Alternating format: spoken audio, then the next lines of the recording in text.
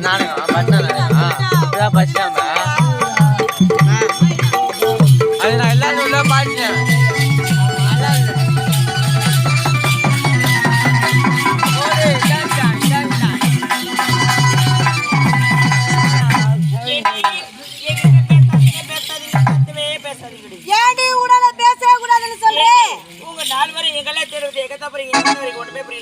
அப்படி எங்க தாண்டி போறீங்க அக்கா?